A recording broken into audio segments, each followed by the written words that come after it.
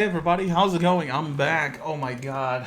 The boss, Yorham, whatever his, not Yorham, I don't remember, whatever his name is, just like the two brothers stuff in Dark Souls 3. Dude, this boss is fucking hard. It's very hard for me to succeed hitting his brother. So his brother revives him as long as he is alive, which is horrible. So like after 20 or something death and rage quit, I decided to put it aside for a bit. And also I wanted to do some reacting to some stuff, so let's find some interesting videos to react to.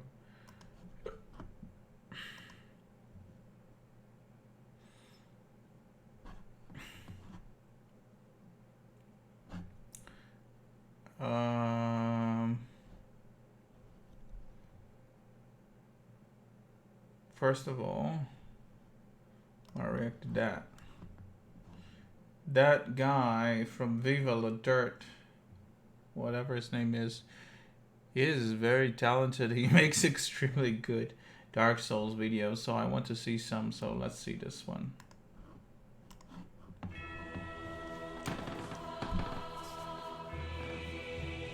Okay, so the music, I love the music. Well, apparently you're really hard. Yeah, we'll see about that. Yeah, somebody's overconfident. What's this? Ah, tutorial shit. I don't need that. Let's see, let's work this out. What do we got? Oh, yeah. Let's attack. Block. Yeah, great. Oh, heavy attack. Swing your shield for some reason. F it, that's all I need. Let's do this. Oh, my first victim. Victim. Prepare to die.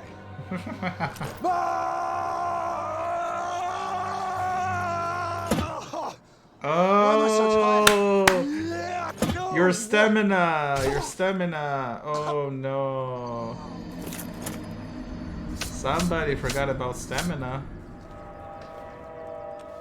Okay, so stamina is a thing. That's great. It is. Okay, let's try this again. It is still not reading. Ah. Fine, I'll read the tutorial stuff. Good boy. B is roll. Oh, I know that. Yeah. Yeah. Parry. Ah, parry. Oh no. Gotcha. Oh no. Oh no. This is me. Oh shit. Oh shit. Oh my god. I was in the same situation the first time that I tried to parry. Okay, that's frustrating. I tried to parry It's so hard to many time. times. This time I'll get it. So many times I tried to parry with no success. Block Ah. and parry. Oh! Yes. Oh my god, he made it! Suck on that, Dark Souls. You're not that hard. I am that good. I'm the best in the world. Yeah. Ah. Welcome to Dark Souls. What the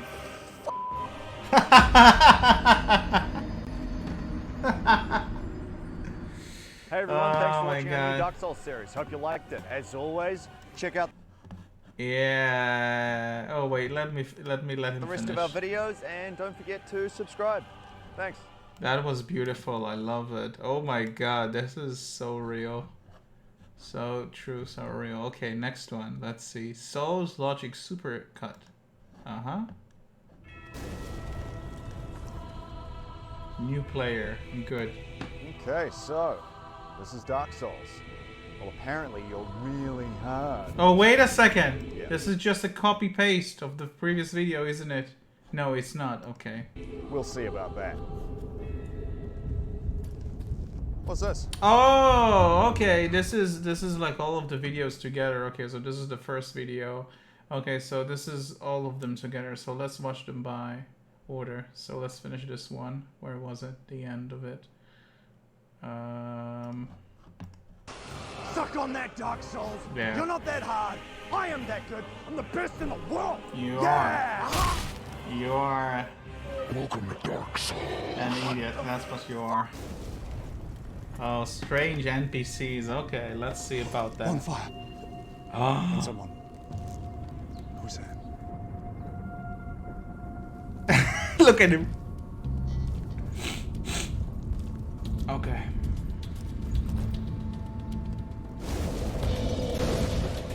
On fire lit. Nice. Hello? Well, what do we have here? You must be a new arrival. Wait, how are you doing that? Wait a second. Oh my god, I love how he's not moving his mouth. Because this is how Dark Souls really is. Like, I don't know why, but for some reason, the guys who made Dark Souls decided that the majority of NPCs should not have the ability to move their lips, although technologically wise, there is no problem to do it, but they didn't. Anyway, I don't care about this because this game is still brilliant anyway. Let's keep going. Now, your lips aren't moving. Let me guess. Fate of the undead, right? Well, you're not the first.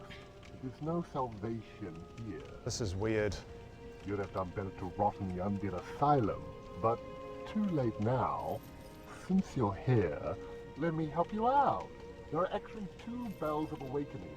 One's up above, in the undead church. Oh, this is Dark Souls 1. Far, far below in the ruins at the base of Blighttown. Ring them both, and something happens. Sorry, bells of what? Not much to go on, but I have a feeling that won't stop you. So, off you pop. It is why you came, isn't it? To this accursed land of the undead.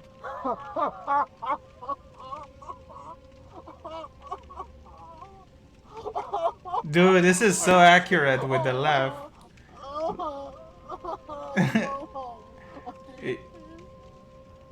He's laughing like a fucking maniac. Everybody in this universe, What? Where? anybody in a Soul universe are laughing like maniacs. I never understood why, but they do. Huh? Come down? What now? You want me to repeat that? Oh, great. Just what we need. Another inquisitive soul. Okay, sorry, I just didn't catch everything you said. I know there's some bells somewhere and someone has to do something to them. What I bloody look like, a fucking library? You ask too many bloody questions. No, I haven't. I just came up and said hello, and then you started prattling on about bells, and now I'm more confused if anything. Hey! Read my fucking lips, buddy. That are not moving. I'm not up for jetting. Leave me alone. Really? So that's all I get? That's it? Just tell me what to do. I mean, you're an NPC, right? Give me a quest. Give me an objective. Like, where do I go? Get out of here. Nasty little bitch. Okay, well, I guess I'll just go and explore by myself. You see what I should. can find. I mean, thanks for literally nothing. Fuck off. Get out of here, you whore little bitch. Yeah, back to where you came from. Your mother's womb. Level up. Ooh, that is a big boy. Oh yeah. I hate him. Okay, let's see how this goes.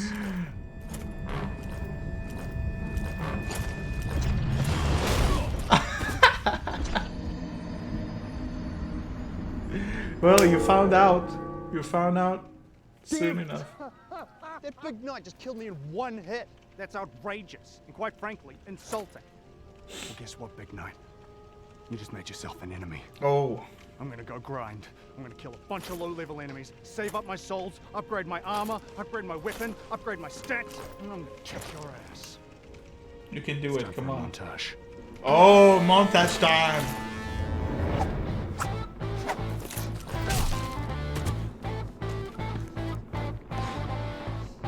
Come on. Grind those souls. Grind those souls, bitch. Nice. This is like Karate Kid, but ugly.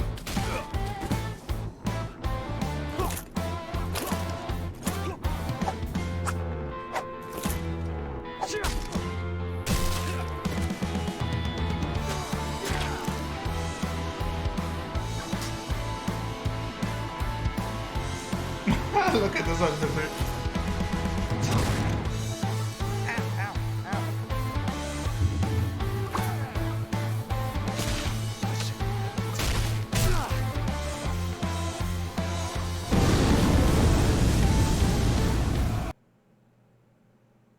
Oh? Fuck, the sound stopped. Lovely. Wait a second, let me fix that. I fucking hate it.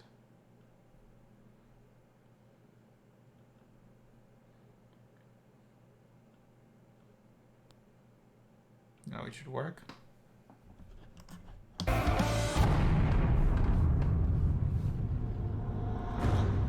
All right, you big son of a bitch. I'm back. Revenge and I'm time. better than ever. I've got new armor. I've upgraded my weapon. And both my strength and dex are at like 20. Prepare to die. Will you manage? I have a feeling you will. I knew it! Messages, okay. Ah. Time for caution. Ambush ahead. This is Dark Souls 3 messages.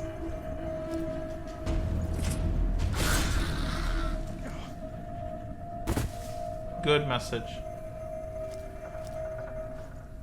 Oh, Dark Souls That was a messages. fine note. Thank you. No, thank you.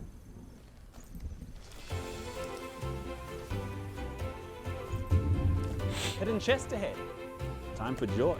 Oh.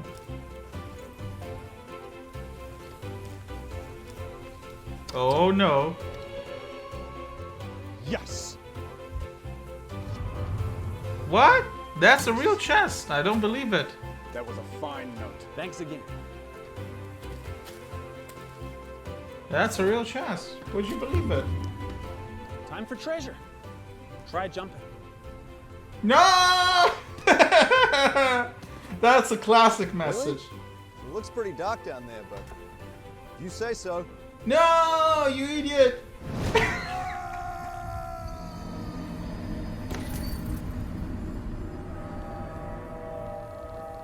That son of a... Right. Let's keep going. That was a foul note. Wait, why'd you write my message foul, man? You take that back. No, it was a foul note. You told me to jump off a cliff, and I did, like an idiot, and I fell to my death. Wait a minute, you died? Of course I did. You told me to jump off a cliff. Okay, man, no, look, seriously, there is treasure down there, I swear. No. Okay, what you've got to do is walk right up to the edge, take a little step off, and just boop, straight down. Bullshit. Man, have I led you astray thus far? Yes. No. Oh no. Here we go again. Really? Because I can't see any ledge down there. No, it's fucking dark. Fine. I'll try it once more.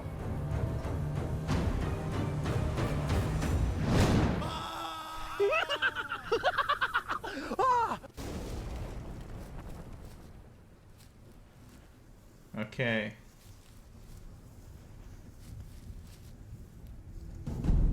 Invaded. Oh no, he's invaded. Oh no.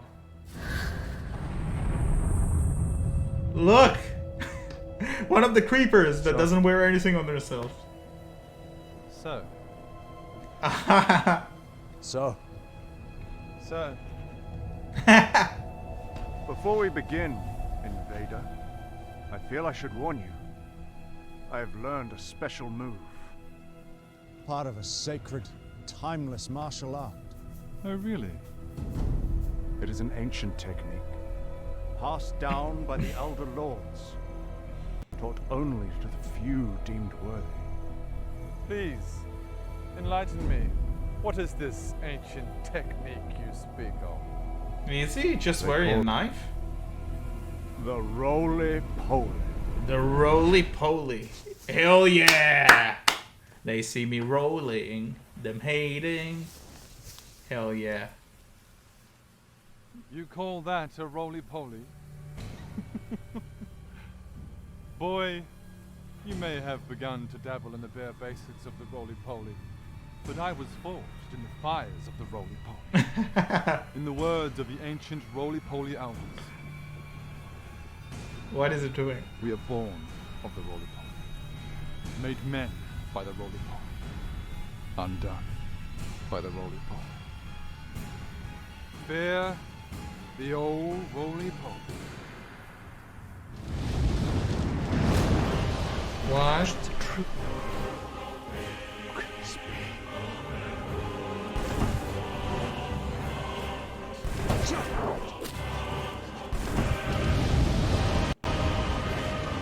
It's beautiful.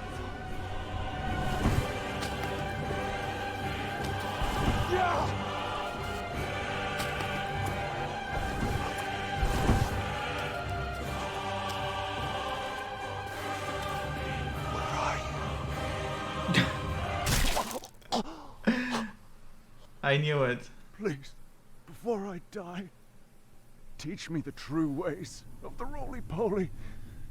In the immortal words of the ancient roly-poly Elder Lords. Get good, Scrub. Get good. Lost souls. Oh no. The pain. The amount of souls I've lost in this game. Damn it! Night got me again. Ah. And now I have to fight through all those enemies to get my souls back. Far. Ugh. NPC Okay, all let's do it. smiley and giddy.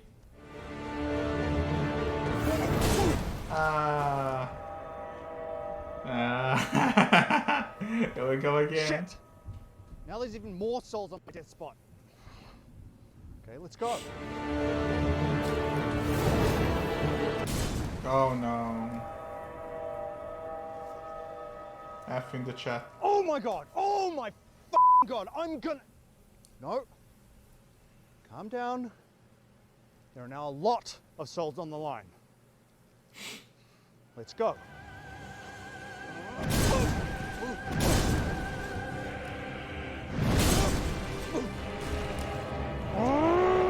Oh my god, the pain. This was just me earlier when I fought that fucking brother boss.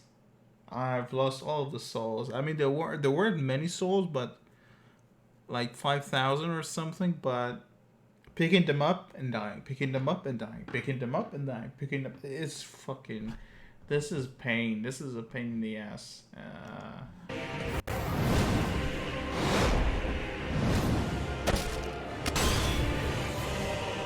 Even more souls added to the pile.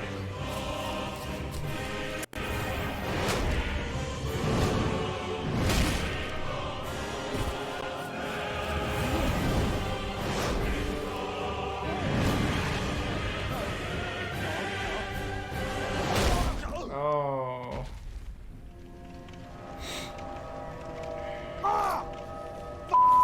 Oh my god! So many souls here now! I hate this game! I hate that fucking night! I hate everyone! I'm gonna kill everybody! Let's do this!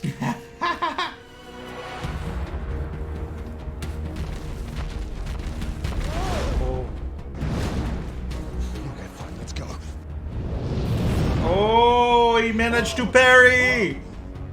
Ah, opening! Oh! Yes! Oh, he did it! Yes! Yes! Yes! He did it! Where is the catch though? There is a catch. There must be a catch. He's too happy! 3, 2, 1! Yes! Oh! Oh! Oh! Oh Finally. no. I knew it. Oh, what? Ah. No. Oh my god, so close to all of the souls!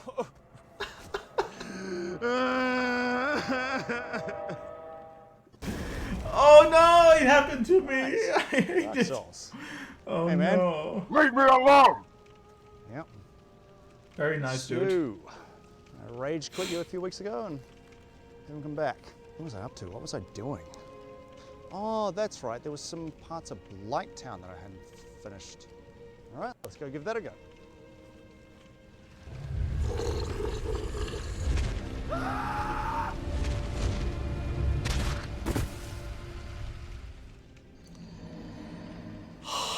That's right. Blighttown is the worst.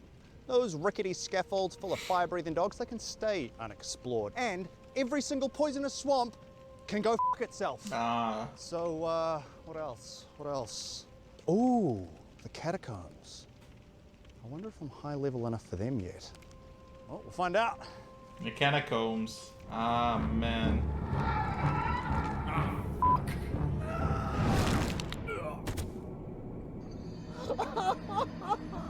Nope, not even close to being ready for the catacombs. That place is pitch black and full of invisible skeletons. Yes. Ooh, I And just unlocked skeleton something. dogs. What was it? It was, I rang the bell. Oh, and then the gates lifted on the fortress, Sen's Fortress, yes. I mean, it's where I'm up to, so hopefully I'm ready for it. No, this way, yes.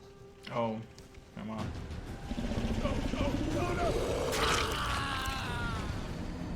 No, the NPC is having the time of his life. Why? Why would anyone design that place? Oh, man. He is having You know a... what? I'm just gonna stay here. It's nice. Fire link. Got a bonfire. Old mate over here. Fuck off. Yeah. I hate you. You as a person. He's having a mental breakdown. This game.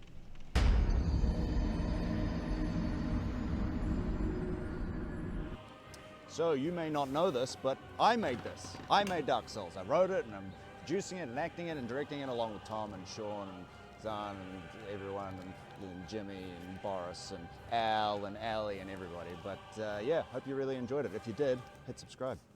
You should. He made a good video. He deserves all the love he can get. Give him a like. He deserves it. He done an amazing job. Oh, there is a season 2. Hell yeah. Let's go, season 2. Okay, Benny boy. Remember, this game is easy as long as you're patient, careful, and calm. Don't make any rash decisions. Oh my god, crystal lizard! Oh my god. Come back here. Dude, this is like a kid with ADHD or like with a cat, you know? Like when you like have like the pointer, like the, how do you call it? The laser pointer on the ground, and then the cat is like, ooh, oh, I gotta catch it. I'm gonna catch it. I'm gonna catch it.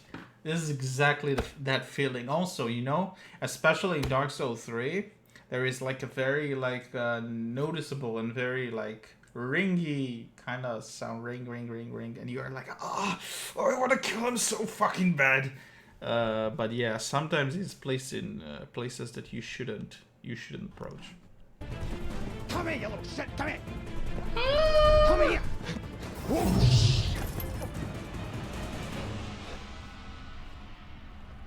Man, I was doing so well. I was being all calm and collected. Yeah, call my And then I ass. saw that crystal lizard and I just got loot lust. I'm pretty much screwed, aren't I? Yeah. Do you even know what was in that lizard? Like, was it worth chasing after? I don't know. How many souls do I have? Oh, Oh my god. that's a lot of souls, and I'm ages away from the bonfire. In fact, the next one's probably just around the corner. Isn't it?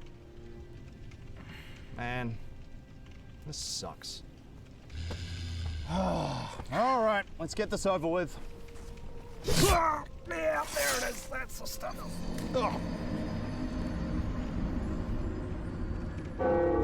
Dude, that was Damn it. a nice Oh, mob. lesson learned. Was going, oh, you will be You have okay. to stay patient at all times, even if you see a crystal lizard. Oh my god!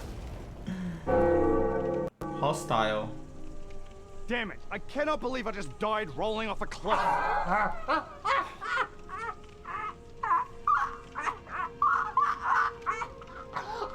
Look at his teeth. I'm sick of you. All you do is sit there and laugh at me, and you offer me no help at all. Take this. No, you are making a mistake. You lousy rat. You are making a big You mistake. have some nerve. I may be crestfallen, but I'm not defenseless, you rascal. Prepare to die! No. Holy shit! Oh man. Oh my god. Dude, the first time that I played Dark Souls, one of my first runs, I was talking to the guy next to Firelink, to the Firelink bonfire, and this guy is super depressed, like hella depressed, and he is like making fun of me for being weak and I'll probably die and everything, and I was, who the fuck do you think you are? I'm gonna fucking kick your ass. And then like I give him one hit and suddenly he go berserk and he like killed the living hell out of me. Damn, that was very embarrassing. And the thing is that after you revive, he remembers. He remembers. So he's killing you again and again and again and again. Eventually, I decided to reload the game from a save before I killed him because I found out that he will remember and he will try to kill me every fucking time that I revive. Damn. And there go all my souls. Perfect. Prepare to die! Whoa! What are you doing? No, you already killed.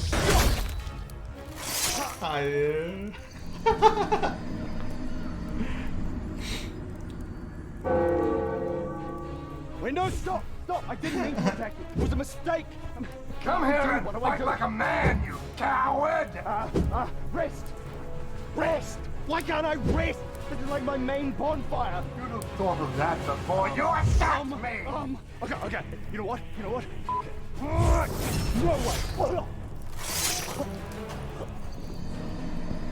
Oh no. What? No, wait. Forgive me. Forgive me. There's no forgiveness to be found here. What do I do? This is my main bonfire. This is my safe space. I mean, Jesus Christ. Okay, I'm running away. Come here, you hollow little bitch! Etiquette.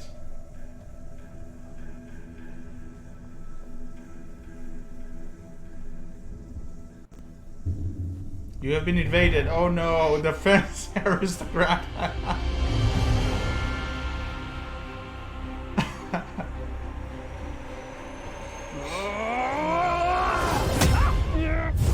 What are you doing? What? I'm attacking you. Where's your sense of decorum? What? Who just starts an encounter willy-nilly attacking? It's like skipping the hors d'oeuvres and going straight to the main course. Nay, the dessert! Sorry, I didn't mean to. Every gentleman of true taste or culture knows the proper way to proceed if one happens to be invaded. First, you must locate your opponent. Then, after a brief pause, you must formally initiate the proceedings with a gesture. Typically, a point down is preferred. Okay. While other gestures are acceptable, some people may find them quite vulgar, if not downright rude. But any gesture is better than no gesture at all, just running haphazardly into combat like a rabid dog, foaming at the mouth, ready to have his fill. Okay. Jesus. I'm sorry. Wow. Look, I can do the gesture for you now if you like. Don't insult me. It's far too late for that. My disappointment is immeasurable, and quite frankly, my day is ruined. You've broken my heart. Good day, sir. Wait, no, come on. I said good day, sir. No, please don't leave. Teach me. I am not your teacher. Well, if not you, then who? How am I supposed to learn this shit if no one teaches me anything? Come on, look, I'm sorry I offended you. I wasn't trying to be rude. Ignorant. Please, teach me the ways of your culture. Fine. I will teach you. Oh, But you must do exactly as I say. Of course. writing down. There is much for you to learn. That's the first It will time. take all your wits and dedication. I never I tried do not invaded take these anybody. sacred rituals lightly. If I see you falter from the path, I will strike you down immediately. Do you understand? Yes, I understand. Do you understand me? Sir, yes, sir. I understand, sir. Then let us begin your education.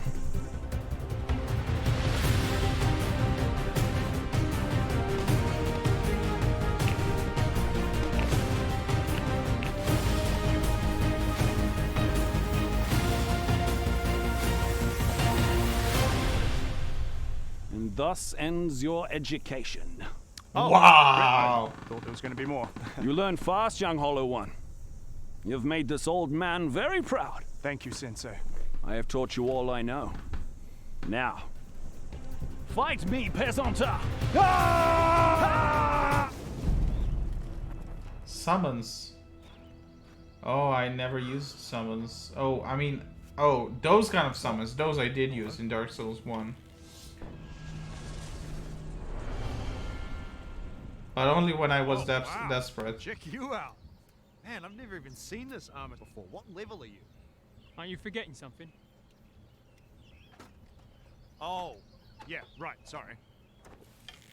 Yeah, that's better. Now, you ready to kick some ass? Yeah, man. So you've done this boss before? Of course. Man, that's perfect, because I've been stuck here for hours. Yeah. It's one of the easiest bosses in the game. Really? Yeah, everyone knows that. Oh, I mean, yeah, totally. Like, Is this your first playthrough? yeah.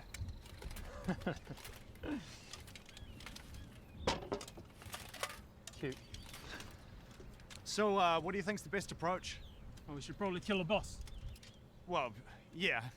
But I mean, like I said, I've been stuck here for hours, so I don't really know what I'm doing. Clearly. Okay, well, I thought the best Just approach... stay out of my way and follow my lead. I've killed this boss like 1,000 times, alright? So I know what I'm doing. Don't worry about it. Before long, we'll be bathing in its blood. After we've stolen its soul from its lifeless body. Let's do it. Right. Oh, okay. Yep. Right. Doubt. Far away. Okay. Doubt. I have doubt.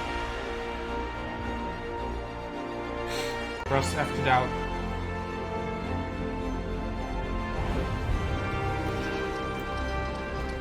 Let's see. Let's see if we can manage it. All right, boss. Giant You've Night been stalking Horror. me for hours, but this Alright. time I brought a friend. Let's see if we Prepare can to make it. die.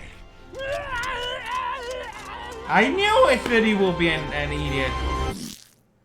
I knew that he would be an idiot. Oh no. Oh no.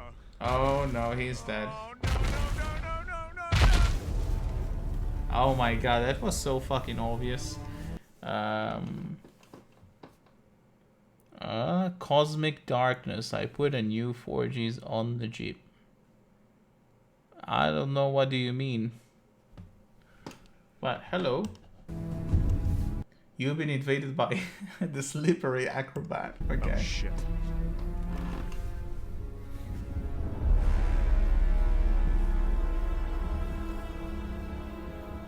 So, Oh, another naked one.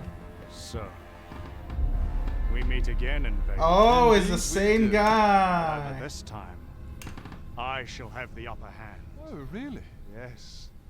You may have outdone me previously with your roly-poly skills, but not this time. No. I've learned much since our last encounter. Alright. First things first, let's even the playing field. Impressive. Oh, Yes. look at him. Now my rolls will be as fast as yours. And of course, my dagger is fully upgraded. I'm wearing the Hornet Ring, and I have more stamina than a rabbit hollow. You've met your match, Invader. Roly-poly, roly-poly. Roly-poly. Prepare to die.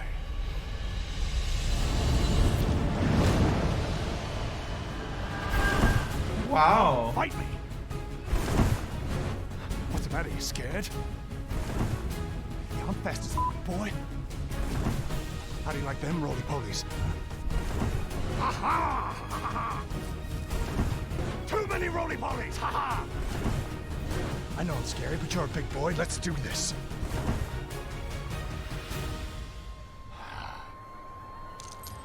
Oh. In the immortal words of the roly-poly Elder Lords. Get good, scrub. That was good. Oh my god, that was good. He smashed the hell out of him. Alrighty. Oh. Oh, shit. Wait, hang on. Okay, and... There is no pause. Okay. There is no pause. Oh, hey, Mum. Yeah, I'm all good. Just playing some games. How are you? What the fuck? Holy shit! Sorry. I'm playing a game. No, I can't pause it. I don't know what's happening. I don't That's know the why. problem with It won't Dark let me pause. Souls. No pause. Oh, God! No, I've got this enemy attacking me. Jesus! not really a great time. Do you mind if I... Sorry, what? Jesus! I know you hate it when I swear, Mum. I'm sorry, I'm sorry. Can I please call you back? I'd rather... Okay, go, fine. What do you want? Quick, make it quick. Saturday, yes, I know. Yeah, yes, I'm bringing the bread. I'm bringing the bread, Mum, it's fine. I promise, Mum. Listen, this is not a good time. This is not a good... Are you kidding me? Of course I don't think games are more important than you, Mum. Oh, God. Okay, never mind, I can talk now. OP Slayer. Oh, I love Slayer. Let's do this. No way! Slayer of Astora. Yes. Holy shit, it's actually you. Hello, Sunbro. Time oh to... my god, he called me son, bro. okay, I just gotta say that this is a huge honor for me. Please, the chance for a bit of jolly cooperation. The honor is all mine. Oh my god, this is so cool, I'm so stoked. Oh man, I've been stuck on this boss for literally hours, but with your help, I'm sure we can beat him together. I'm sure we can, Sunbro. Okay. So, here's my plan. First of all, we walk through the fog wall together like a couple of badasses. And then, I'll get you to attack first, flanking left. And then I'll flank right. We can split his focus and distract him, okay? And then we'll take turns attacking so that when you're attacking, I can heal, vice versa. Oh, by the way, I'm probably gonna throw some firebombs in there, so watch out for those. I'll follow your lead, Sunbro. Oh my god, this is so cool! After hours and hours of frustration, I'm finally gonna kick some ass. Oh, this is gonna be epic. You and me, Solaire. Let's do this. Aww.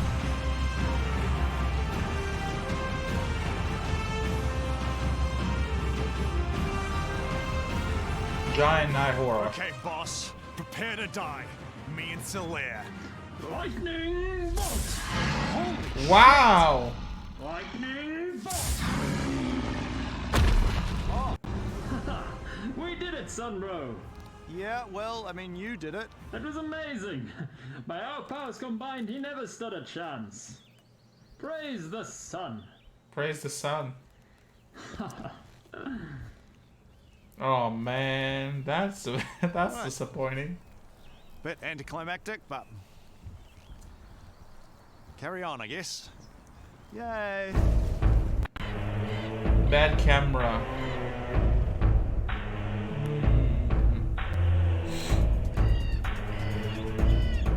Oh, Dark Souls 3.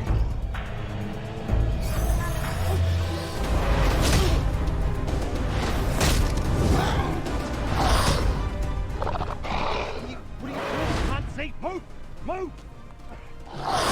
Oh, those trees! Ah! What are you doing? Time out. Give me a sec. Just wait. Oh, those fucking You! trees. You! Are you talking to me? What are you doing?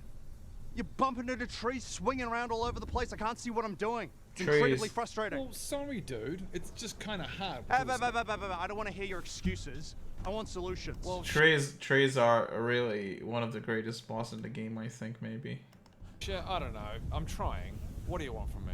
I want you to do your job. I want to be able to see what I'm doing. Okay, then. I'll go wide. Great. Fucking hell. Just making it so you can see everything. That's what you want, isn't it? I can't play like this, can I? It's way too wide. I'm tiny. I can't see a thing. Come in closer. Oh, is that better? Better? Well, obviously not. I can't play if all I can see is my face. Look, just give me a nice third-person shot where I can see what I'm doing, please. Yes, much better. Thank you. Now we will get stuck in the tree again, right? Now, where were we? Yes, let's go. Oh, shit. What are you... Bro! Sort it out! That's... What? What? Yeah. Whoa. Oh, come on, don't be such a wuss. It was one... Ow! Oh, God! No!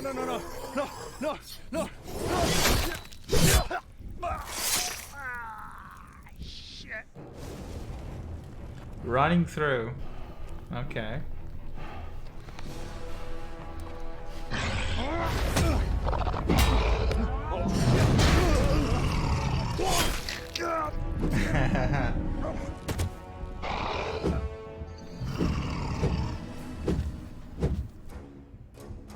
Basically trying to outrun enemies, right?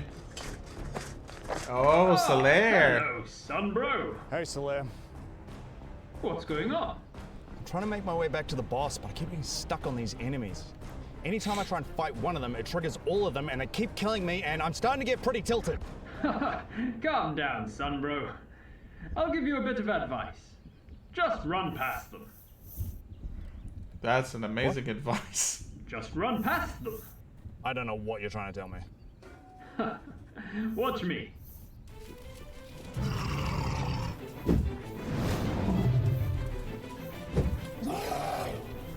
Holy crap! Okay.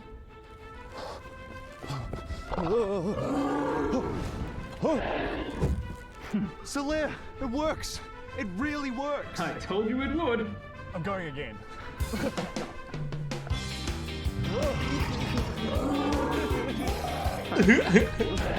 Look at him! It's so much fun! Don't get cocky though. I know! I'm the best Dark Souls player in the world! La, la, la, la, la. You can't hit me! I keep tricking them, Solaire. I'm just running around them, the idiot! Yes, but Come on. Here you go! I knew it! Ah, he had it coming. I told you not to get cocky. I know, Solaire. If you get cocky, this game. Not now, Solaire! Get good, scrub. Grunt life, okay. Bit of a slow day today, isn't it? Yeah, you get those, Yeah. Oh, look alive, here's one. What?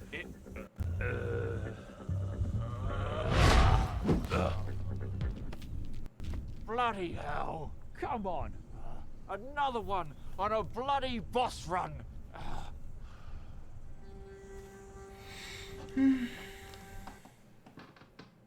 God, wait a second.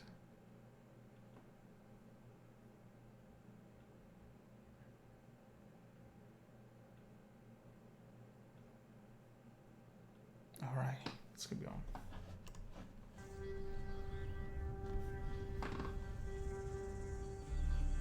Oh, here he comes again. Oh, here we go. Oh, what? Again? Outrageous. Just getting insulting at this point.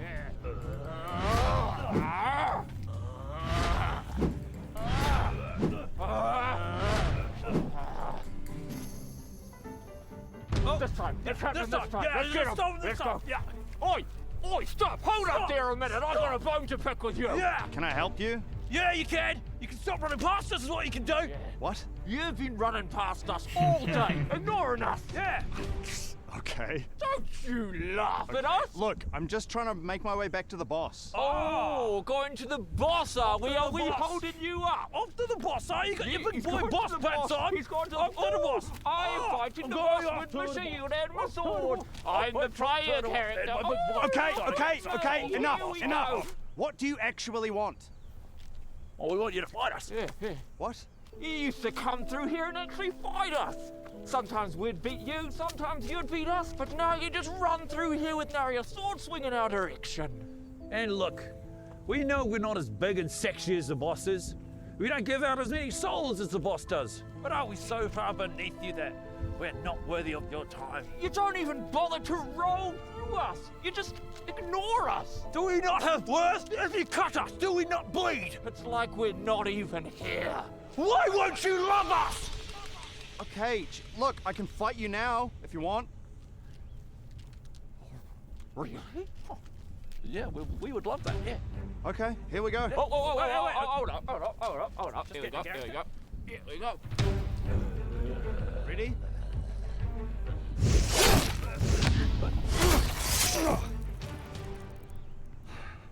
Oh, that was bloody brilliant, that was. Did you see that? He buried me. Oh, I can't believe it. He actually buried me. I can't remember the last time that happened. Oh, fat rolls.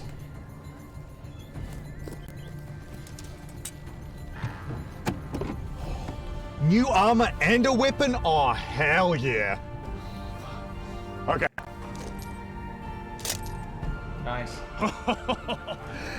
Yeah, boy! This is awesome. I'm gonna be like an unstoppable wrecking machine in this gear. Shit! Oh my god! Holy shit! Wow, that is heavy. Am I even gonna be able to use this?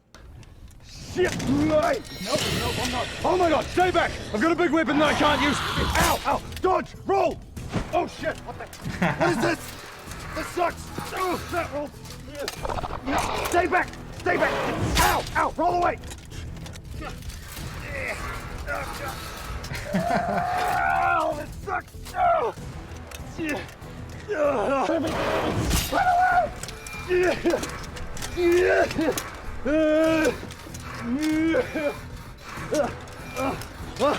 Okay, quick, Ben, quick! Change! Oh, no. Karate chop! Damn it. No! Aww.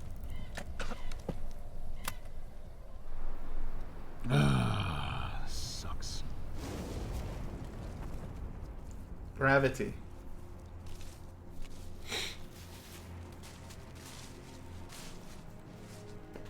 Ah, hello, Sunbro. Hey, Solaire. Hey now, what's the matter? Nothing. Come on, you can tell me. I'm just so sick of dying over and over and over again in this game. I'm sick of failing to the same boss over and over and over and over again. I'm so sick of being bad at this. Well, cheer up, Sunbro. That's an easy fix. Just get good. Come on, not you too. What? Every time I ask for help in this game, that's all anyone ever says. Oh, get good, get good, get good, get good. How? Give me some advice. Like, what weapon do I use? What armor? Give me some actual advice instead of vomiting up those same two useless words. And you know what, son bro? I actually came here to you specifically, hoping that you, of all people, would be above all the incessant trolling. But no, apparently not. You're just as bad as the rest of them.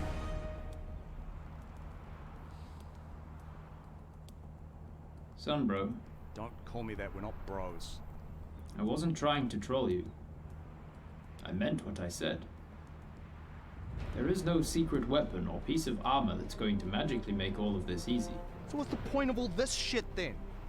Just to look good, of course. Like me. Of course, the armor and stats can help.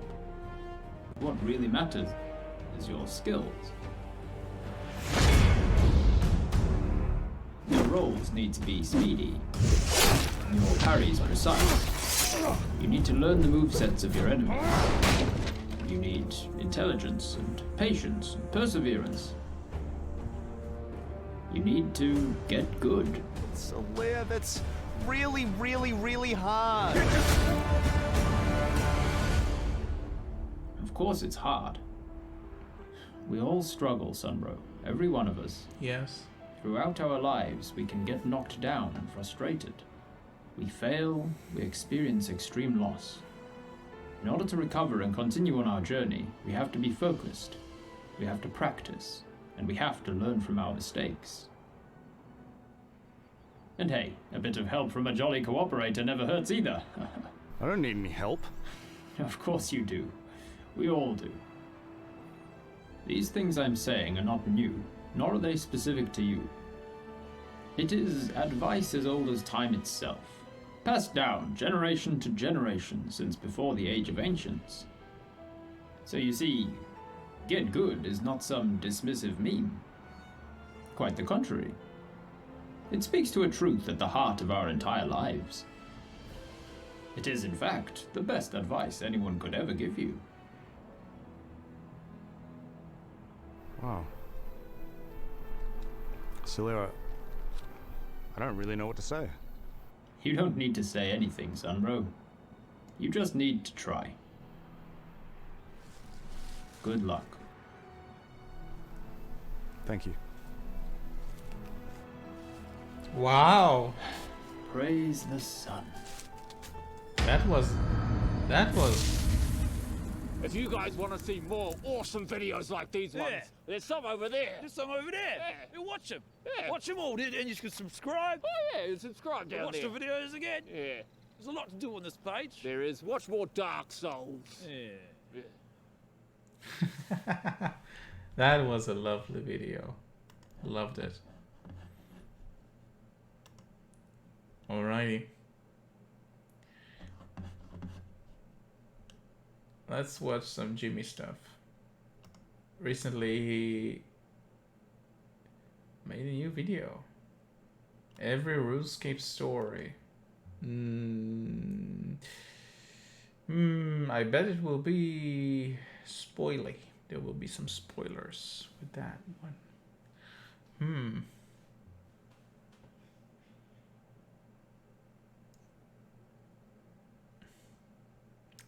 Not sure about that. Should I? Let's try, you know what? But I'm not sure if I'll continue. I haven't done all of the quests in RuneScape, so... Welcome. Firstly, I won a golden gnome for the best RuneScape video of the year, which was extremely unexpected. Did not think I'd be up for a RuneScape 3 golden gnome, but thank you guys. That means a lot to me. The last 2 months have been absolute chaos. I've been getting the second channel running. A lot of you saw I didn't add off my channel. It's being played in YouTube pre-rolls. I went to the ER last week for some sort of stomach disease thing. That's sick. Love that for me. Drink water, kids. Water's good for you. They're not lying when they say that. I'm also supposed to be hunting for a house. Should probably do that soon so I'm not homeless. I finished the last of the requirements for Song of the Elves on by release. All I have to worry about now is the song, not the elf one, my song, the one that I want to do. I have to figure that out because that's hard. Music is hard. So any further delay is because music is hard. After getting all the requirements done, it actually got me hyped up about quests. I miss talking about them. I miss discussing quests as I do them in the order of release date. But you know what? We're going to talk about quests today. That's why we're here. That's why I'm making this. People ask me all the time what my favorite quest is or my least favorite quest, and have even asked me to do a tier list of all the quests in the game and where I'd put them. Ranking all 156 of them would take 8 years, and I don't want to do that. I'm going to narrow them down into the quest series that they're a part of and rank them that way. I'm not going to be using some quirky algorithm to plug all these series into. I'm just going to talk about them and come to the conclusion as I talk about them. But before we do that, what kind of Jimmy video would it be if I didn't segue into a certain section of the video talking about a certain subject that a certain company wants me to talk to you about for money? We have a sponsor. Today's video is brought to you by a very special sponsor. Good to see you, Raid Shadow Legends. Last month was Raid Shadow Legends' 4th birthday. As a little gift from me to them, I did something very special. I played their game. If this ends up being bad, I'm gonna say it. I don't care. Uh-oh, it's Elvarg. I know how to take this. I like level 1. I hope I get to stay here forever. It's sending me on a power trip. God, numbers are going up. It's my weakness. How'd they know? I'm gonna defeat the first big boss. Just did a bunch of upgrades, and they work. I'm at the boss. He's big. Does not care that I'm a new player. Oh, there he goes. It has actually been 25 minutes, and it felt like 5. I'm impressed. It definitely surpassed my expectations. Hey, me from the other day. If you were to take 4 champions out to dinner, who would it be? Go. Luthia, Minea, Sathalia, and Kalia. I'd treat them to dinner first. Very good. Raid Shadow Legends live arenas are the answer to your PvP problems. If you haven't started playing yet, then use my link in the description or the QR code. You'll get some insane bonuses alongside epic champion.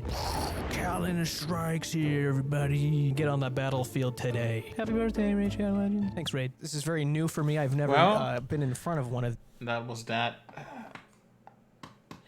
I guess the Raid Shadow Legends are paying quite well. If he takes their offer, because I think that he has quite a lot of people who would probably want to, you know, have an ad on his videos. Guys, I'm gonna grab some food real quick. I'll be right back. Just a second.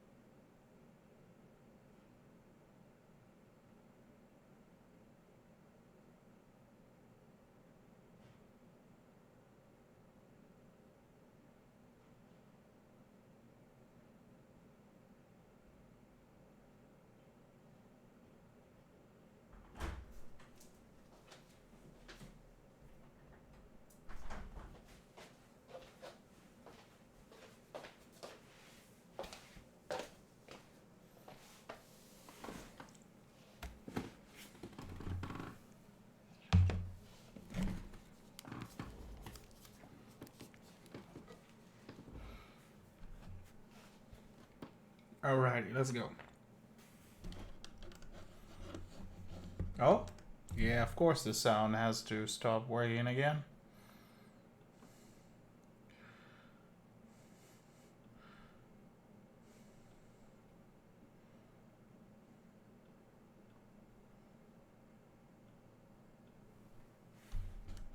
Wheezy, okay, you're scaring me, and you're scaring everyone around you. You might think differently about these than I do, and that's okay. It's okay to think differently, believe it or not. Sometimes you have to. It's how good things happen, like a war. Anyway, the first one is Camelot, Merlin's Crystal, Holy Grail, and King's Ransom. This is the story of Merlin and King Arthur and their debacle with Morgan Le Fay. This is historically inspired by real King Arthur legends. I've always liked King Arthur and Friends because they're like a little pinpoint in RuneScape history. It's a little look into the past of when the game was about to transition into the 2008 HD overhaul of the game. They were put in before the other NPCs, and they just kind of stayed like that. They just look very out of place, but they look cool, so it's fine. You know, there's some crazy plot twists. You have the literal hunt for the Holy Grail, not to mention the night training grounds afterwards. So, you know, you get chivalry and piety, which are absolutely essential for the end game. Overall, I enjoyed this series. I'm gonna slap a B on it. Up next, we've got Demon Slayer, which is just Demon Slayer and Shadow of the Storm. Demon Slayer is iconic. It's one of the original 6 of RuneScape on day 1 of release. You build the Silverlight, you get rid of the demon. The story continues when you infiltrate Denath and all of his cronies when they try to summon another demon. That's their thing. They love summoning demons. I just think the story overall doesn't feel like a big deal in the RuneScape universe, even though it should be. It might just be a case of these being old quests. It just feels like there's never a sense of urgency. Like you need to get this done now or the world is done. It doesn't feel like an emergency, even though it very clearly is an emergency that someone needs to do something. No one hears anything about this. No one fucking blinks an eye at the fact that we did this twice. I'm gonna give this quest series a D. Up next, we've got the Dorgashun, which is the Lost Tribe, Death to the Dorgashun, Another Slice of Ham, Land of the Goblins. Dorgashun questline, I think, is still underrated. They created an actual hateable character, Sigmund, who just hates goblins. Not just goblins. He hates anything that's not human. He's a bad guy. He wants war. War is in his agenda. He loves it. And the Duke doesn't give a fuck. He's just standing in his room for the 20th year in a row. I also think the concept of Ham, the humans against monsters, that pink-purple group, whatever, they're the racists of RuneScape. It's just a weird thing because they're kind of like accepted almost. The first time you find ham robes in Sigmund's chest, you go to the Duke about it, and you're like, yeah, he's a part of this group that just loves killing things based on their race. What are we gonna do about that? And he's like, oh, well, you know, it's none of my business what people do in their free time. People have hobbies, they have things they like to do to get their mind off things. You know, I like fishing. You ever go fishing? It kind of feels fucked up a little bit. Dorgashun, the city itself, is amazing. Is that what it's called, Dorgashun?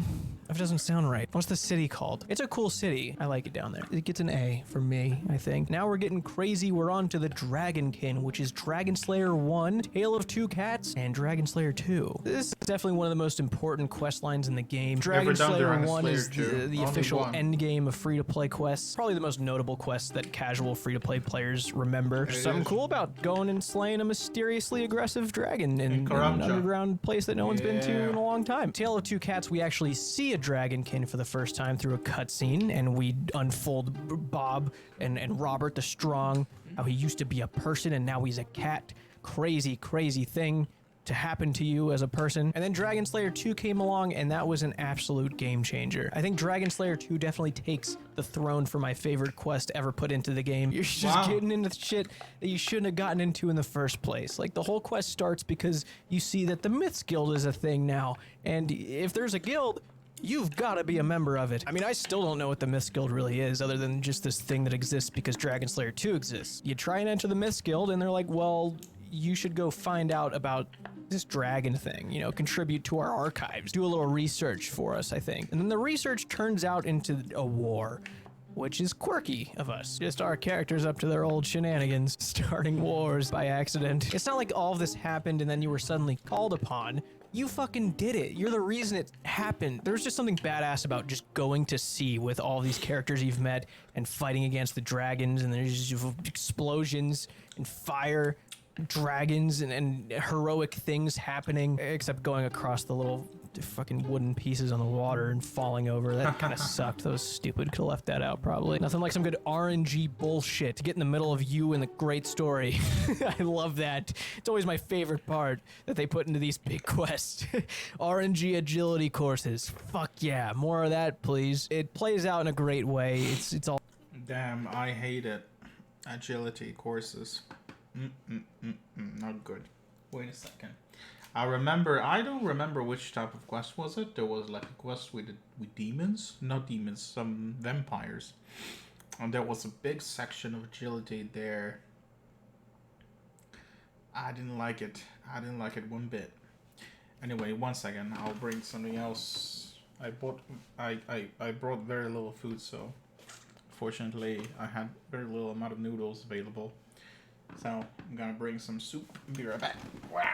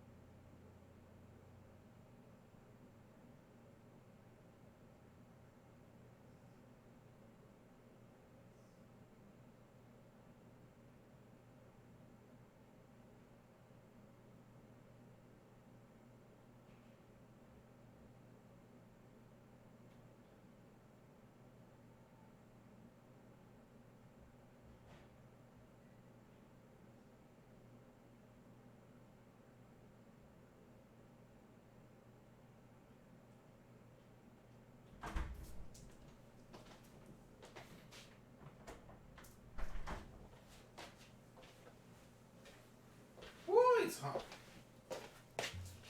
Alrighty, I'm back. Let's see.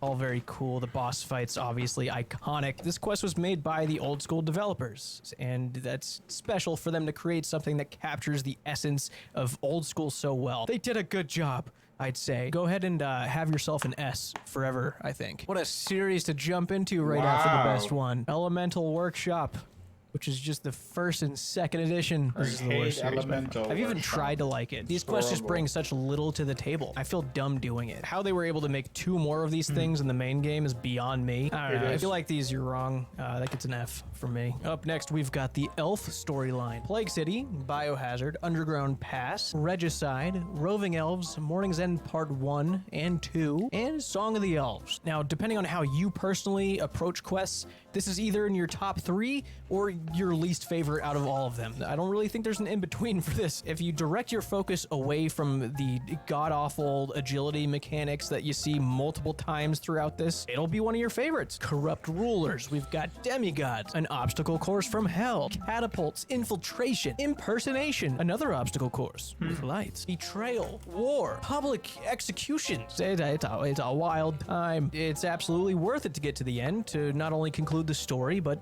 you know, you get access to this big crazy elf town. There's a lot of cool stuff there that you'll like. Great people there. They've worked really hard on it for you. I'm gonna be starting this quest up on buy release in a couple days. There's a lot to be excited about with the Elf quest line. Elves get an S, no question about that. The Fairy Tale quest line, which is just Fairy Tale Part 1 and 2 on here. And I definitely like the Fairy Tale quest line. It's a matter of them being unfinished. They're not done. The story does not conclude in the game. The Fairy Queen being infiltrated from the inside, taken over entirely, and having these mafia fairy guys just come in, start ruling the place, being bad dudes, hiring orcs to roam around. You don't get to fix that. And that's against our nature as the guy who gets into things that shouldn't. We want to fix that. We don't have to, but we want to. Everyone kind of does these quests just to get the fairy rings.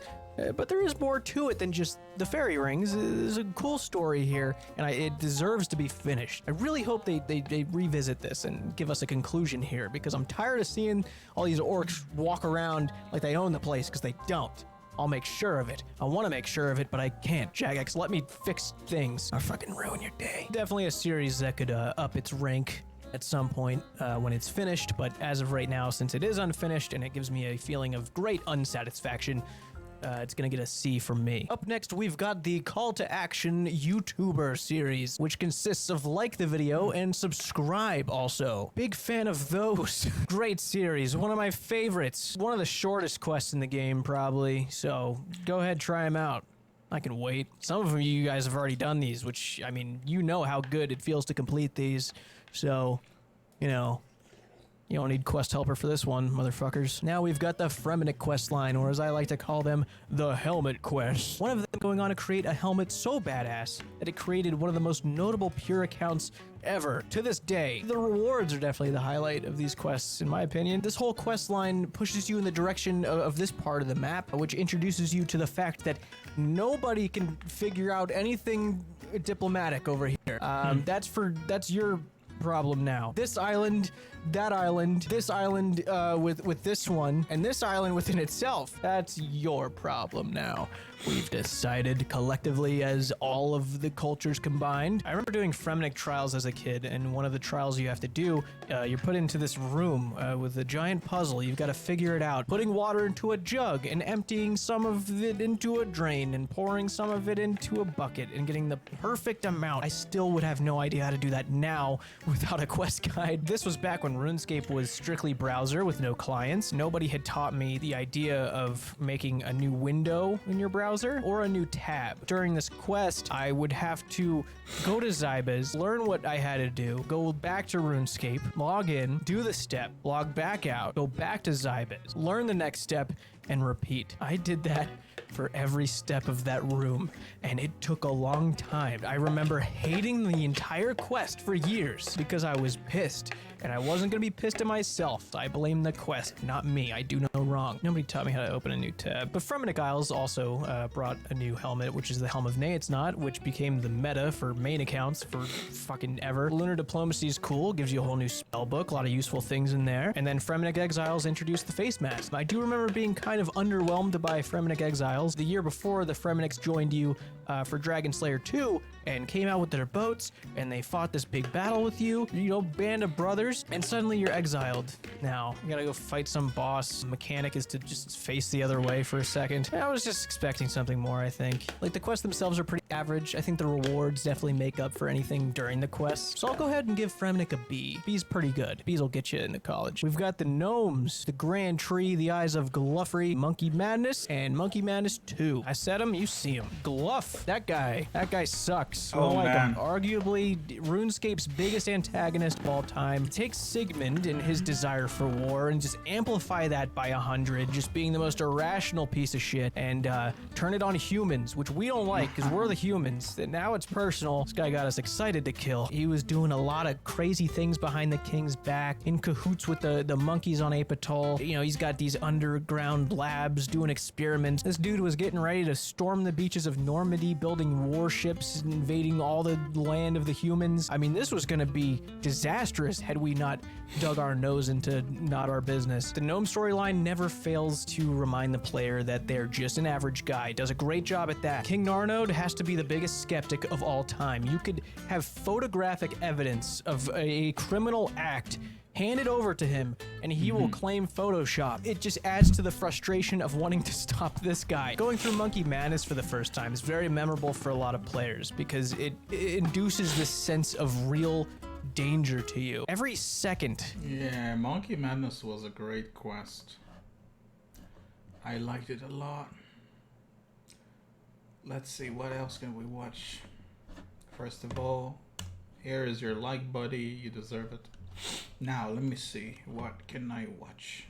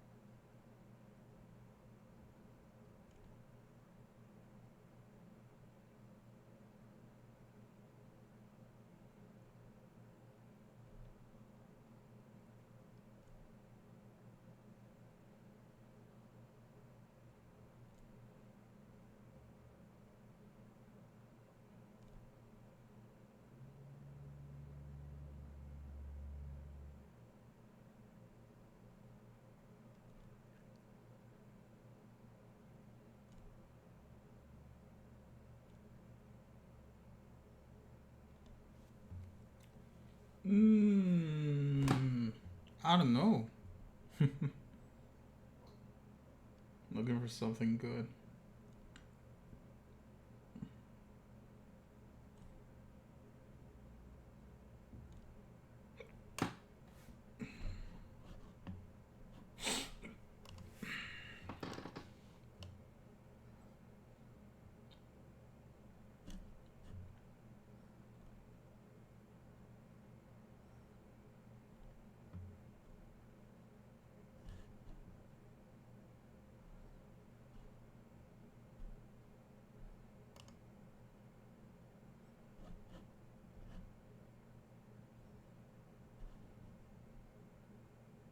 Clannad creator gets pulled into retirement. I wanted to see this one. Pressing state. Let's see. Time to find out. Let's see. On December 28th. Just give me a second.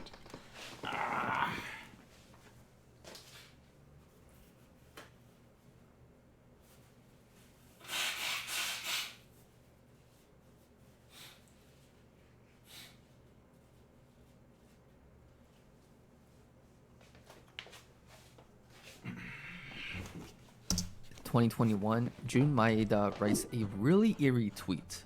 It reads, "To stop writing, to retire to quit Key Arts/VA. Even on New Year and birthdays, I felt like a punching bag for comments like this. This year has been so difficult that I even thought about hanging myself. Wow. This tweet caused an absolute uproar in the anime Twitter space, because this very man was the creator of some very, very famous series, like Clannad, Clannad After Story, Angel Beats, and Charlotte.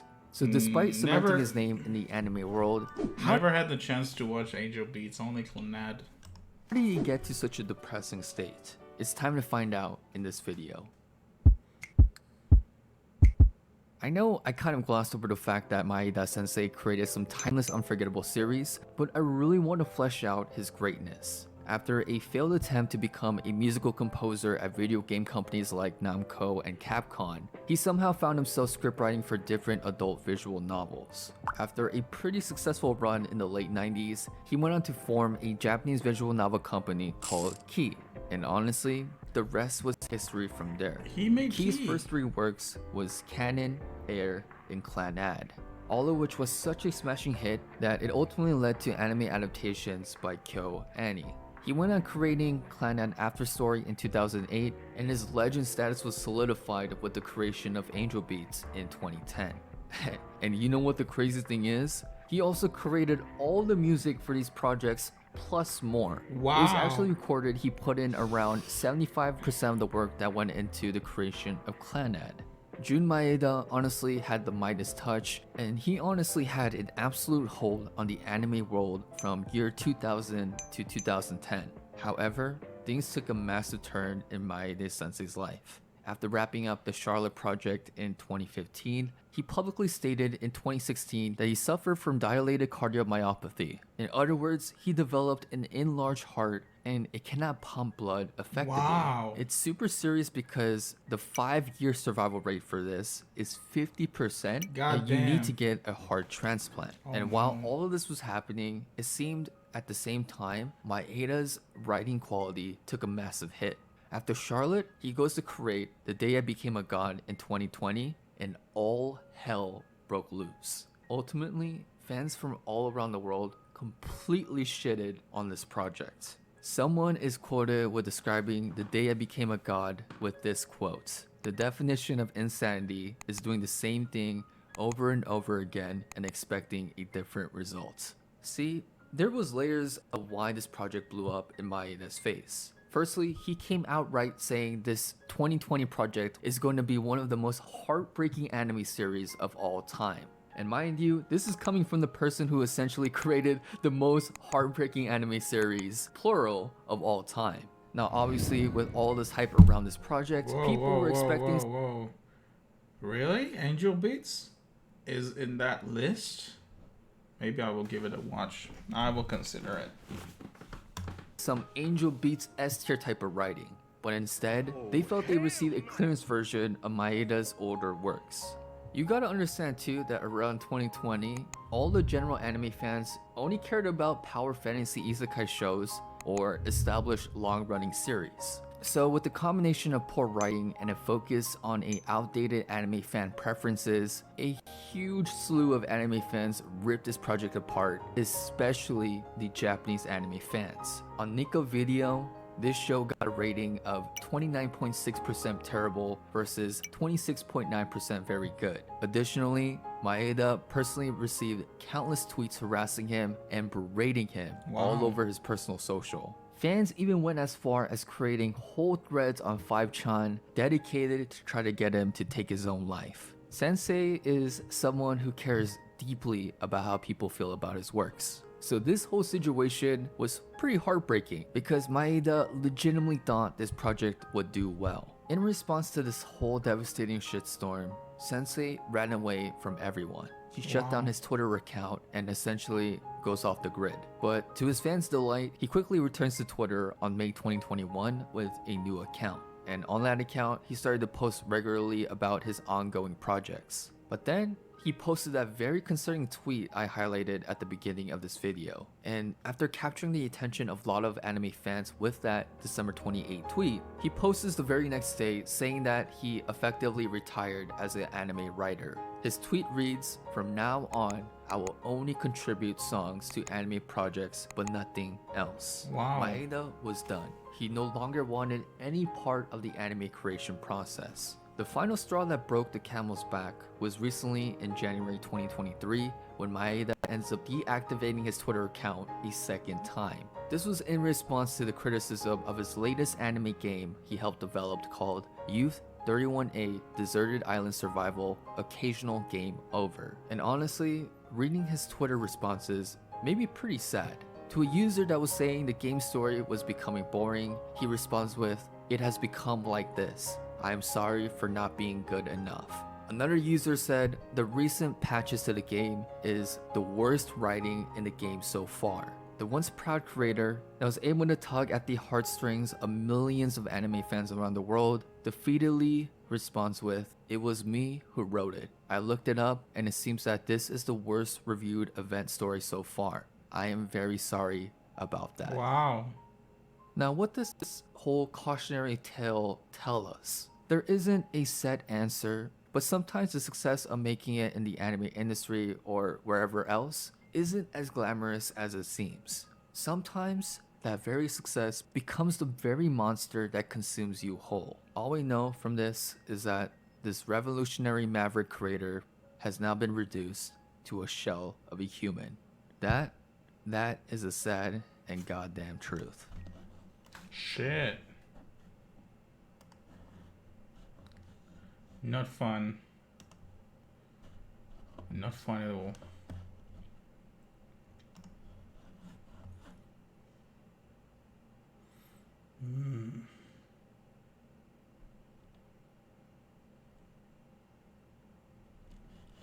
Watch it.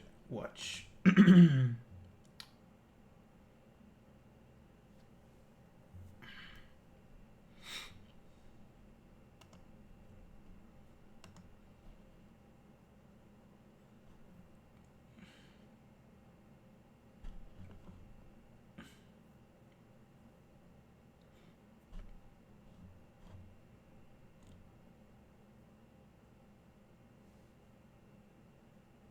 No.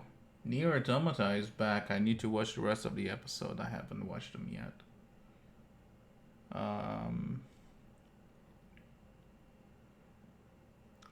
Oh, the Get Good one.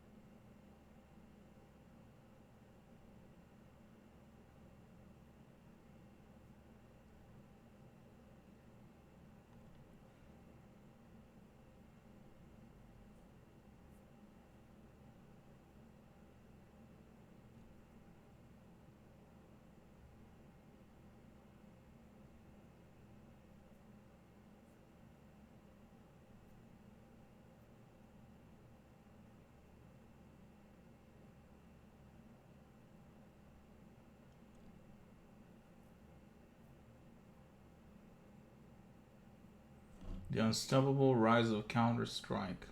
That's interesting. Let's give the Actman some time. I love this video. What's up, terrorists? This is the Allahu Act Man here, and recently Valve announced Counter-Strike 2 in the most Valve way possible, with a single tweet that said Counter-Strike 2. Amazing tweet. New smoke grenades. This in and of itself was enough to light the internet on fire as sweaty op users flooded the streets. After many years of anticipation, Counter-Strike 2 is official. Valve time is real, man. Check out this clip from 12 years ago. When are you going to release Counter-Strike 2? We have to ship Portal 2, and then we have to ship Dota 2, and then we'll worry about Counter-Strike. But are we going to see it or not?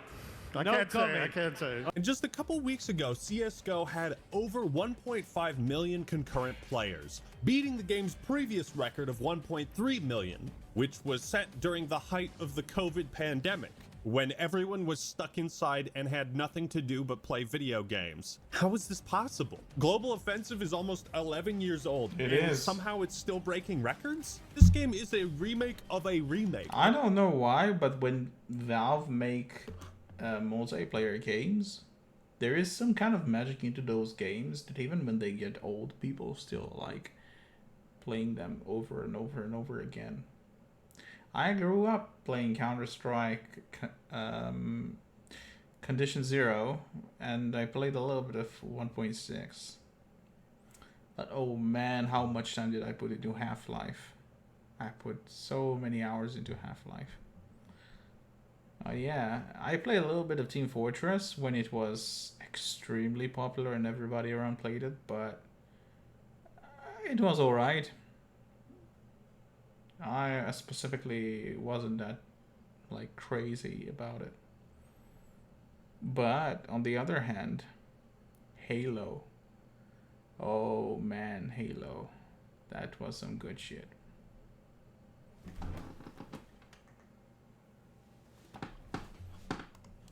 And somehow it remains the top dog of first-person shooters. Love it, hate it, or feel completely indifferent, I think everyone is amazed by the continued success of Counter-Strike. Terrorists win. But why is it so successful? Why has Counter-Strike only managed to grow despite how little it's changed over the years? How did this tactical shooter rise to prominence, and why has it maintained such a firm grip on the FPS genre? I had to know, I had to understand, and I believe I found the answers. This is the unstoppable rise of Counter-Strike.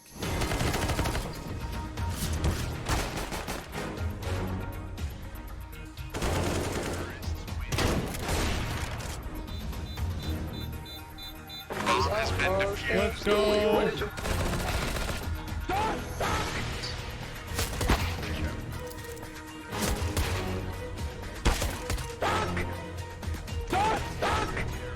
With the ace, first round,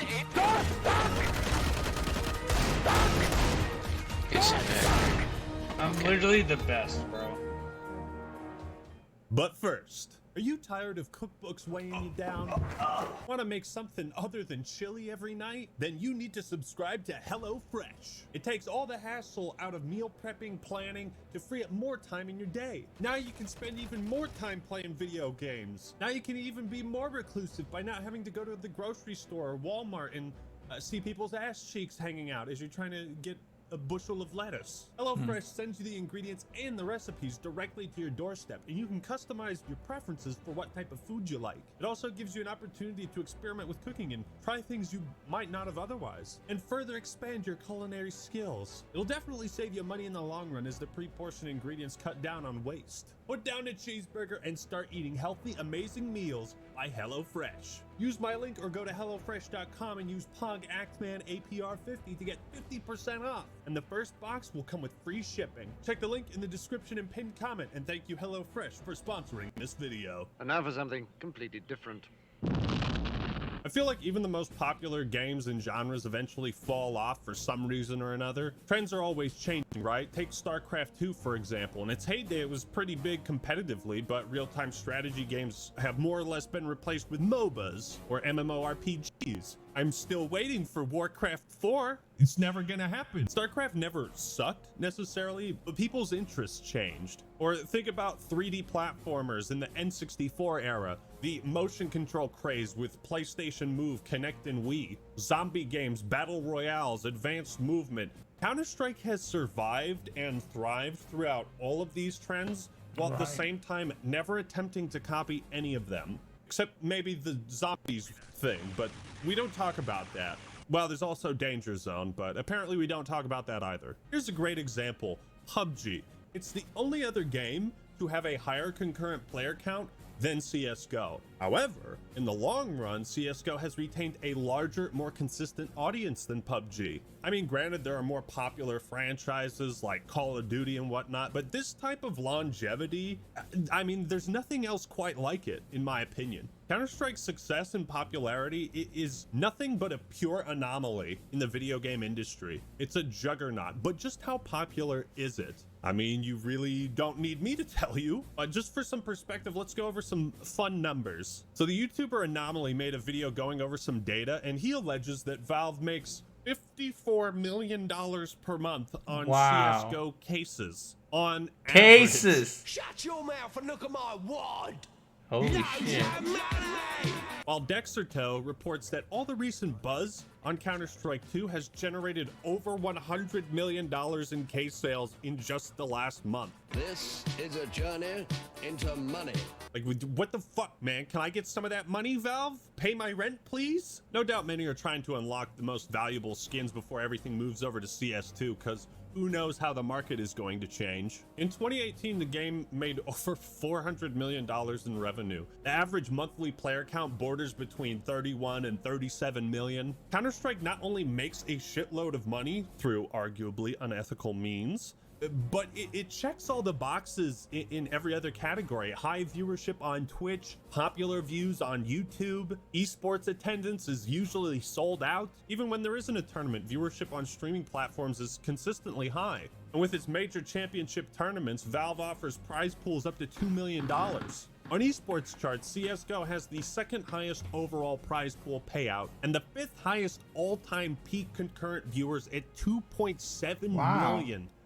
God damn. CSGO in particular is such a competent, technically sound game that one of the biggest changes Valve is making is with smoke grenades. In business, there's only one thing more important than make it better, and that's don't fuck it up. Valve hasn't fucked it up. Most Counter-Strike fans don't seem at all concerned that CS2 might play and feel almost identical to Global Offensive, and that's the point. They could care less. It's the same thing when Dota 2 came out. It was basically just an overhaul of a pre-existing game with minimal changes. One last thing. While looking on SteamDB, I found what is probably the most mind-blowing stat of CSGO. This of course depends on the time of day, but when I checked around 6 p.m. on a Monday, it said there was 4.6 million people playing video games on Steam. And CSGO had a player count of 648,000. Wow. So if you whip out your handy-dandy calculator and crunch some numbers, this equates to roughly 14% of Steam's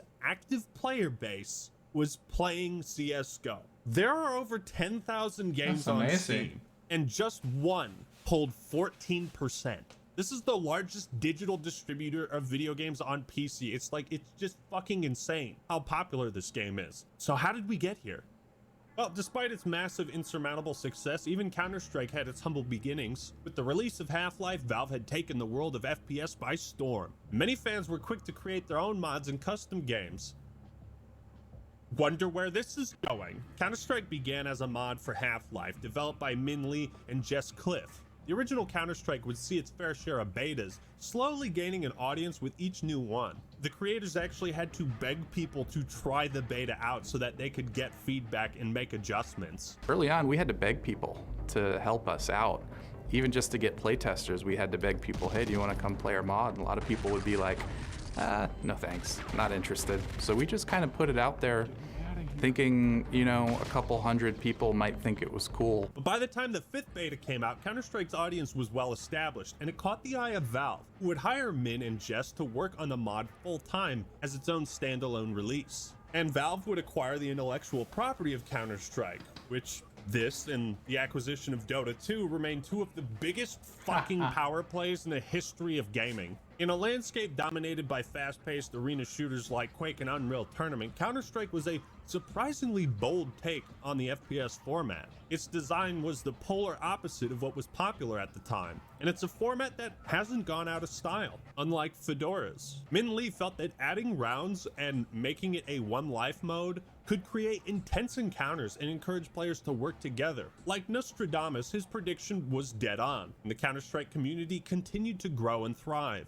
Many of the aforementioned arena shooters may have seemed daunting to players new to first-person shooters. games in PC gaming, but Counter-Strike was extremely simple and accessible, and it was this simplicity that drew in casuals. But because it was hard to master, it drew in hardcore gamers too. The modern setting of Counter-Strike, pitting terrorists against counter-terrorists, also made it stand out from the crowd. When most other shooters, including Half-Life, had a more sci-fi setting, the release of CS 1.0 saw the beginning of the game's competitive scene. And the addition of a spectator mode back then, it was a pretty big deal. The final major version of Counter-Strike, 1.6, created a huge surge of interest in the game and began what many believe was the first golden age of Counter-Strike and the birth of modern-day esports as we know it. The first big tournament was hosted in 2001, and it offered a prize pool of $150,000, pretty substantial for the time, and every year since then, the series has had countless tournaments. Counter-Strike struck gold. In many ways, it pioneered esports and competitive gaming and set the gold standard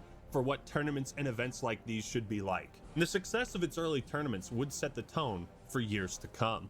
But 1.6 wasn't the only version of Counter-Strike. We're going to talk about the versions nobody really cares about anymore. With the rising growth of consoles and Xbox Live, as well as the unprecedented success of 1.6, Valve saw an opportunity to bring Counter-Strike to console. And would you look at that? I've still got my copy. Wow. What the fuck is that? The #1 online PC action game in the world, now on Xbox. The results were interesting. Visually, the game looked worse than 1.6. Wow, it's horrible. But I remember having a blast back in the day, and the game sold well enough for what it was. If anything, for console plebs like me who weren't big into first-person shooters on PC, it put Counter-Strike on the map.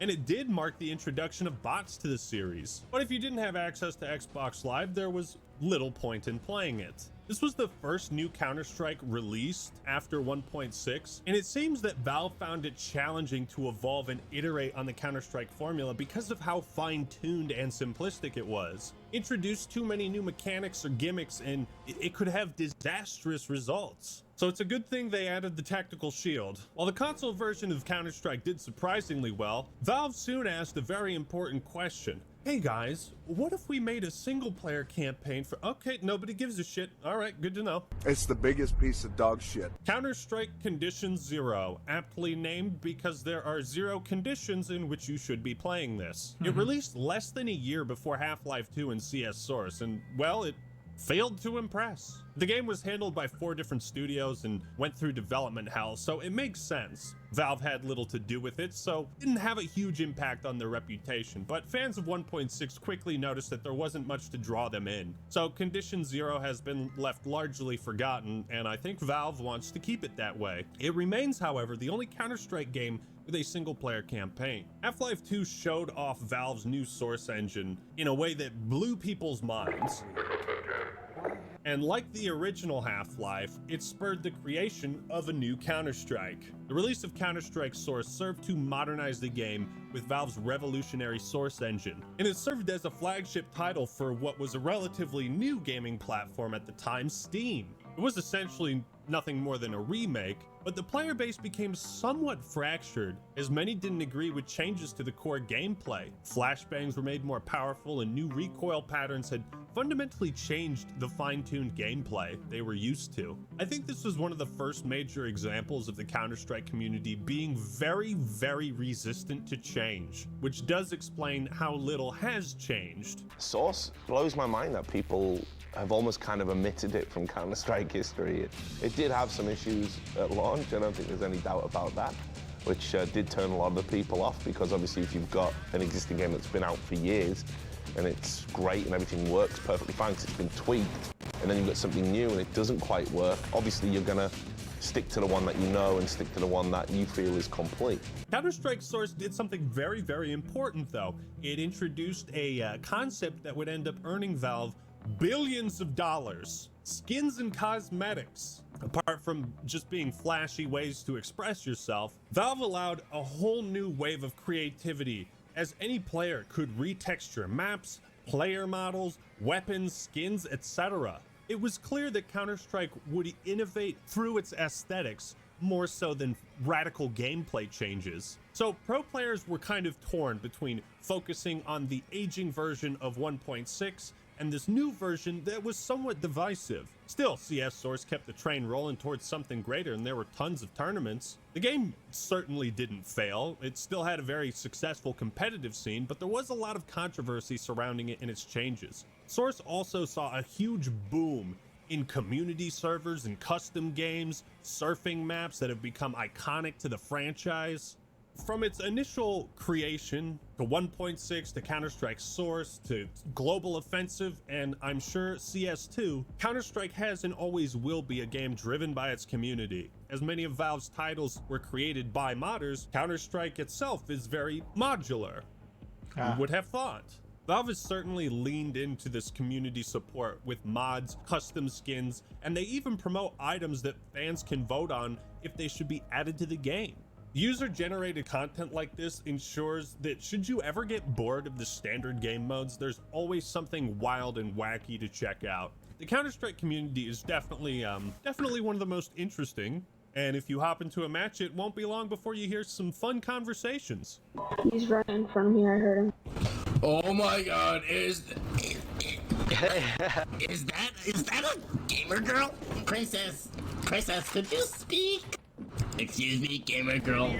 Watch this. Miss Gamer Girl, watch this. Excuse me, Gamer Girl, did you see that?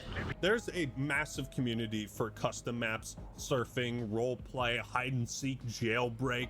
The Steam Workshop hosts over 100,000 independently created maps. Some are better than others, but once you play hide and seek in Shrek's Night House, well, I mean, everything else just looks worse in comparison. Yeah. Counter-Strike community could essentially be summarized in that classic door stuck clip. Cheat on your man, homie. I tried to sneak through the door, man. Can't make it. The shit's stuck. Out of my way, son! Door stuck! Door stuck!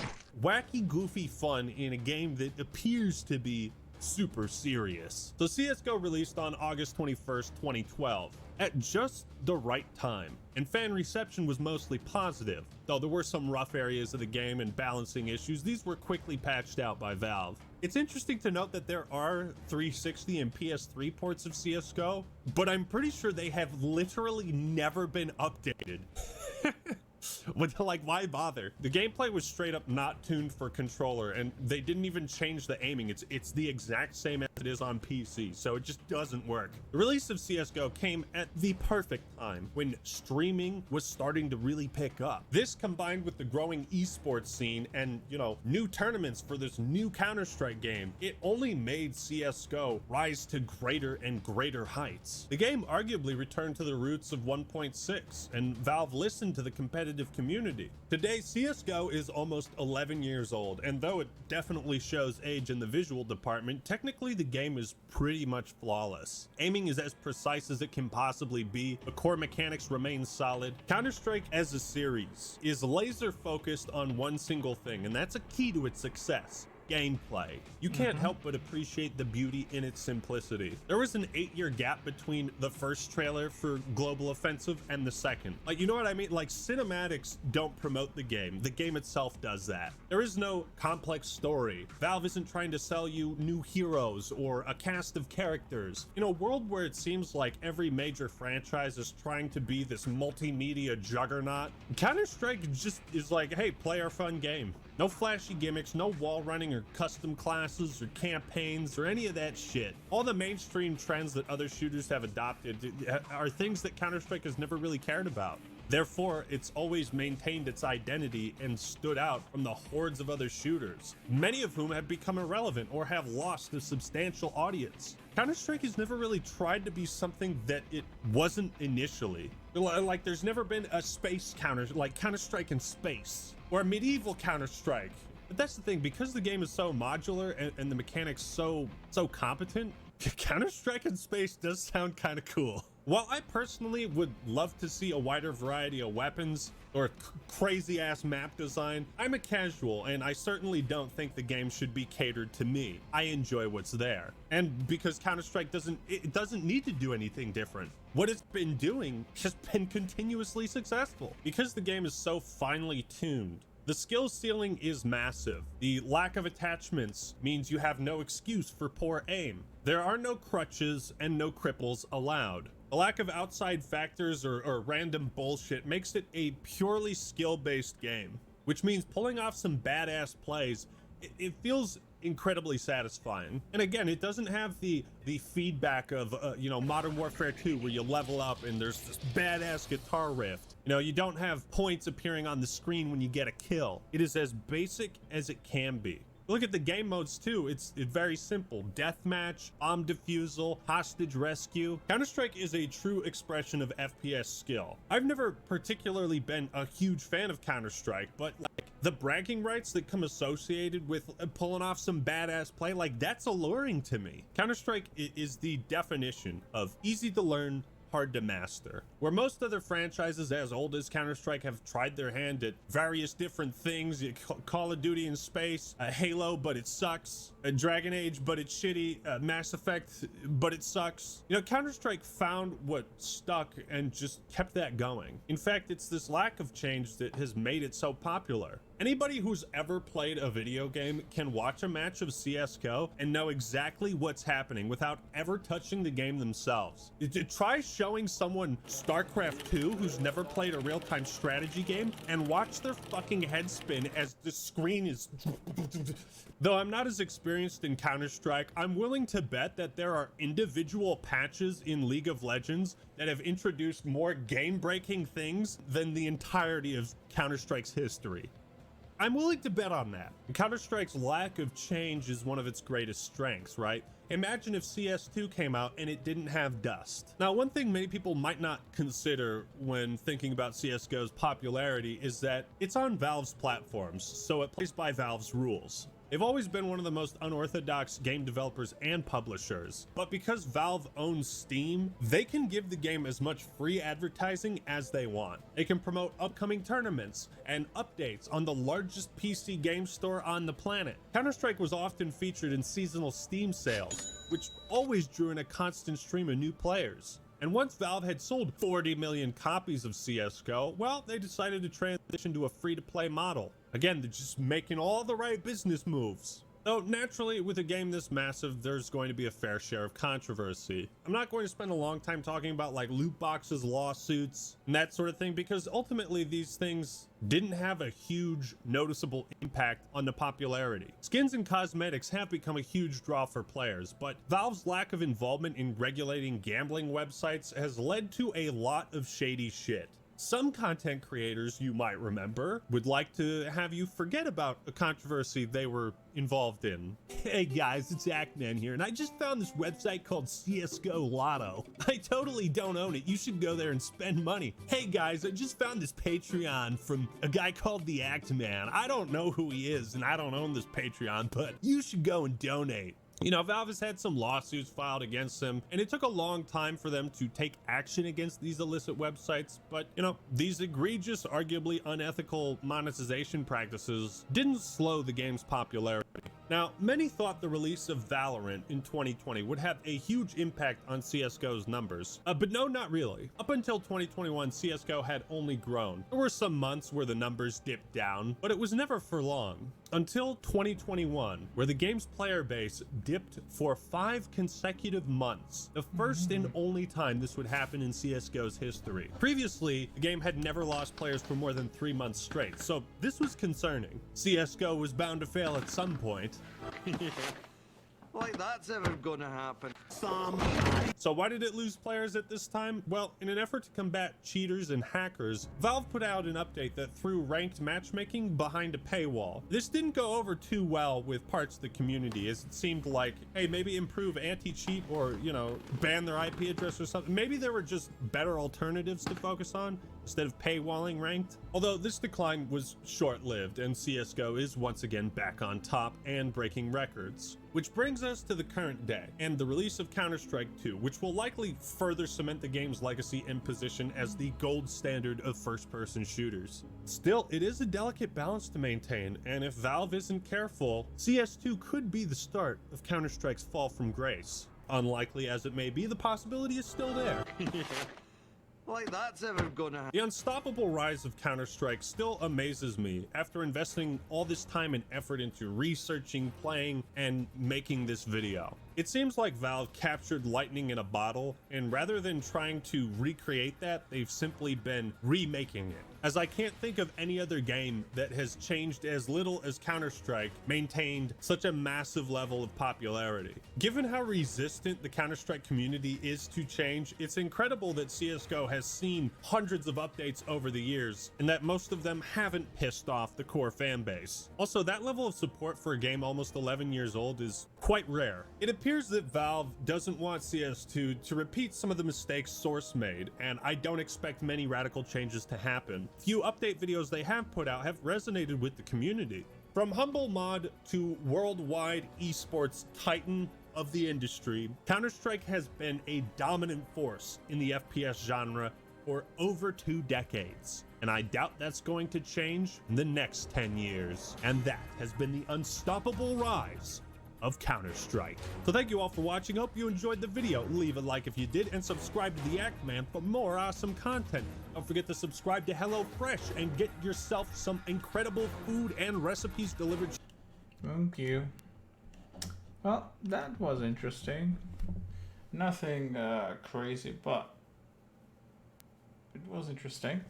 All right, I think that will be the end for now. So thank you everybody for joining the stream, and I'll see you next time. Wait a second. Is there somebody who I can rate before I finish? Let me see.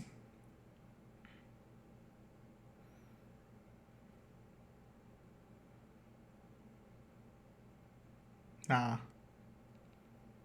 It's alright. Alright.